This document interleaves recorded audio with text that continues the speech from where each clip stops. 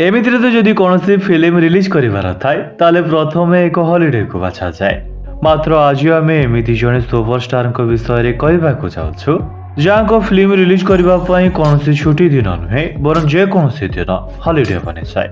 जहाँको चमत्कार मनमुग्धकर और उत्सर्गीकृत अभिनय पई तांकू तमिल सिनेमार गढ़ मध्य कहा जाए। आज आम संपर्क कहबाकू जाउछु जहाँको डायलॉग भूलिबा पूर्वर तांको बॉडी लैंग्वेज एवं फेस एक्सप्रेशन रे ही समस्त दर्शकों मन जिणी पारंते। तांको पॉपुलैरिटी और फैन फॉलोइंग को आपण एथिरु ही अनुमान करि परिबे।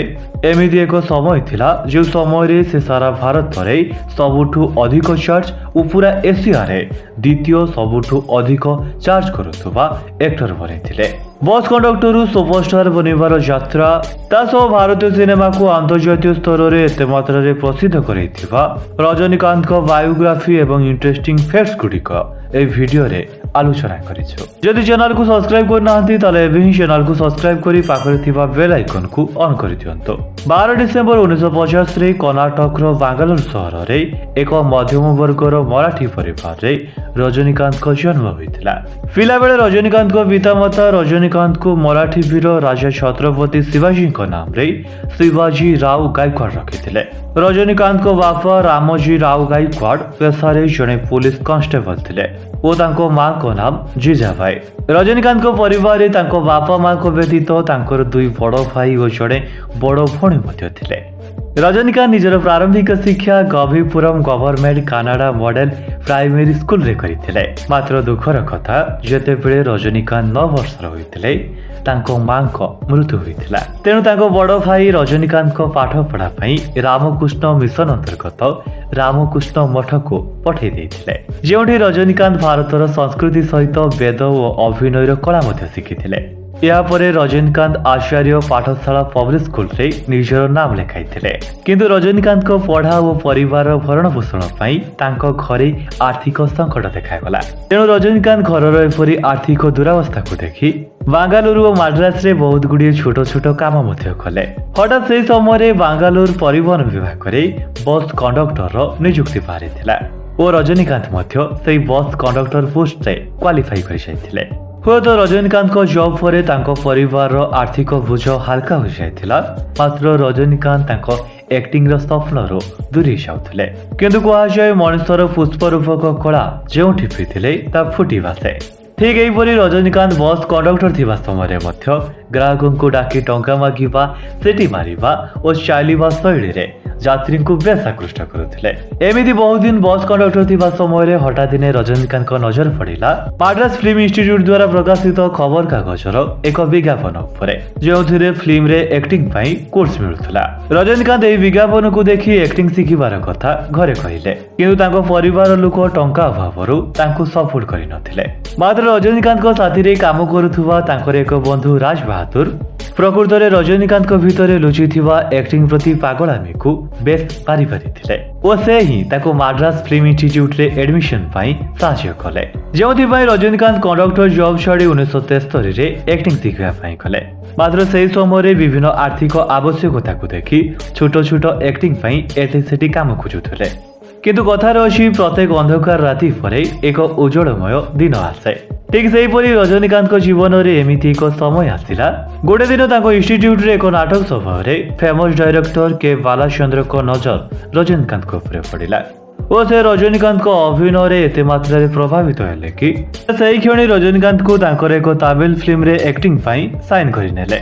1975 रे के बालाचंद्र को निर्देशन रे मुक्ति लाभ करिथिबा अपूर्व रागांगल चलचित्र रे खलनायक भूमिका रे रजनीकांत अवतीर्ण हुई चलचित्र रो चित्रपट रे प्रवेश कले। एही फिल्म रे ही तांकर यूनिक एक्टिंग कारणरु तांको सेही वर्ष ही पुणे एक तमिल फिल्म कथा संगम रे काम मिलिला। आउ या पर रजनीकांत केबे पछको न चाहि गोटे पर गोटे सुपरहिट ब्लॉकबस्टर फिल्म दे चलिछन्ते। निजर असाधारण और नियारा अभिनय पई आज से ना कि केवल जने सुपरस्टार पर तमिलनाडु रे तांको भगवान को परी पूजा करा जाए। निजर यूनिक और स्टाइलिश एक्टिंग को रजनीकांत ना केवल तमिल फिल्म इंडस्ट्री रे ବରଂ ଉଭୟ ତାମିଲ ହିନ୍ଦୀ ତେଲୁଗୁ ବେଙ୍ଗଲୀ ଓ ମାଲାୟାଲମରେ ପରିପ୍ରକାଶ କରିଛନ୍ତି। ତାଙ୍କର ପ୍ରମୁଖ କେତେଗୁଡ଼ିଏ ଫିଲ୍ମ ମଧ୍ୟରୁ ଥାଳାପଥି, ଆନାମଲାଇ, ବାସା, ଅରୁଣାଚଳମ୍, ପାଡାୟାପ୍ପା, ଚନ୍ଦ୍ରମୁଖୀ, ଶିବାଜୀ, ଲିଙ୍କା, କବାଲି, ରୋବଟ 2.0, ଦରବାର, ଅନାଥେ, ଜେଲର, ଭିଟାୟନ, ଲାଲ ସଲାମ, ଥାଲିଭାର 171 ପରି ପ୍ରାୟ 63ଟି ଫିଲ୍ମରେ ରଜନୀକାନ୍ତ ଅଭିନୟ କରିସାରିଛନ୍ତି। ରଜନୀକାନ୍ତ ନିଜର ସ୍ୱତନ୍ତ୍ର ଅଭିନୟ ଶୈଳୀ ଆଉ ସ୍ପେଶାଲ ଡାଇଲଗ ଡେଲିଭରି ଦ୍ୱାରା ଆଜି ନିଜ ନାମରେ ଅସଂଖ୍ୟ ସମ୍ମାନ ଓ ପୁରସ୍କାର କରିପାରିଛନ୍ତି।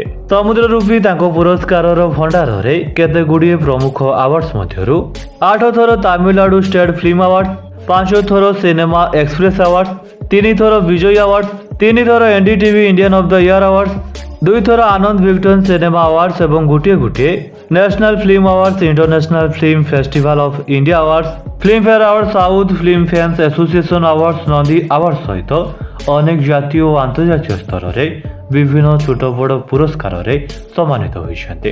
ସାରା ବିଶ୍ୱରେ ରଜନୀକାନ୍ତଙ୍କ ପରି ଦୁର୍ଲଭ କଳାକାର ଖୁବ୍ କମ୍ ଅଛନ୍ତି, ଯିଏକି ନିଜ ଆକ୍ଟିଂର କାବିଲିୟତରେ ନିଜକୁ ଲୋକଙ୍କ ପାଖରେ ଭଗବାନଙ୍କ ସଦୃଶ ପୂଜିତ ହୋଇପାରୁଛନ୍ତି। ଦର୍ଶକ ବନ୍ଧୁ, ରଜନୀକାନ୍ତଙ୍କ ସମ୍ପର୍କରେ ଏକ ଇଣ୍ଟରେଷ୍ଟିଂ କଥା ଶୁଣିଲେ ଆପଣ ତାଜୁବ ହୋଇଯାଇପାରନ୍ତି। ପ୍ରତ୍ୟେକ ଫିଲ୍ମ ନିର୍ମାତା ମାନେ ତାଙ୍କ ଫିଲ୍ମରେ ରଜନୀକାନ୍ତଙ୍କ ମୃତ୍ୟୁ ଅବା ତାଙ୍କୁ ଆଘାତ ଦେବାର ସିନ୍ ଦେବାକୁ ଡରନ୍ତି, କାହିଁକିନା ତାଙ୍କ ଫ୍ୟାନ୍ସ ମାନେ ରଜନୀକାନ୍ତଙ୍କୁ ଏତେ ମାତ୍ରାରେ ଭଲ ପାଆନ୍ତି ଯେ ତାଙ୍କୁ ଆଘାତ ବା ତାଙ୍କ ମୃତ୍ୟୁକୁ ଅସ୍ୱୀକାର କରନ୍ତି। ଭାବିପାରୁଛନ୍ତି ତ ଜଣେ ଆକ୍ଟରଙ୍କ ପ୍ରତି ଲୋକଙ୍କ ପାଗଳାମିକୁ। ରଜନୀକାନ୍ତ ନିଜ ବ୍ୟକ୍ତିଗତ ଜୀବନରେ 1981ରେ ଲତାଙ୍କ ସହିତ ବିବାହ ବନ୍ଧନରେ ବାନ୍ଧି ହୋଇଥିଲେ ଓ ତାଙ୍କର 2 ଝିଅ ଐଶ୍ୱର୍ଯ୍ୟା ଓ ସୌନ୍ଦର୍ଯ୍ୟା ମଧ୍ୟ ରହିଛନ୍ତି। ନା କେବଳ ରଜନୀକାନ୍ତ ଜଣେ ପରାକାଷ୍ଠା କଳାକାର ତାହା ନୁହେଁ, ବରଂ ସେ ଜଣେ ବିଶାଳ ହୃଦୟବାନ ମଣିଷ ମଧ୍ୟ। ଅଭିନୟ ବେଳେ ଯେମିତି ନିଜ ଚରିତ୍ରରେ ଲୋକଙ୍କୁ ସାହାଯ୍ୟ କରନ୍ତି, ବାସ୍ତବ ଜୀବନରେ ମଧ୍ୟ ସେମିତି ଖୋଲାହସ୍ତ ସମ୍ପନ୍ନ ବ୍ୟକ୍ତି।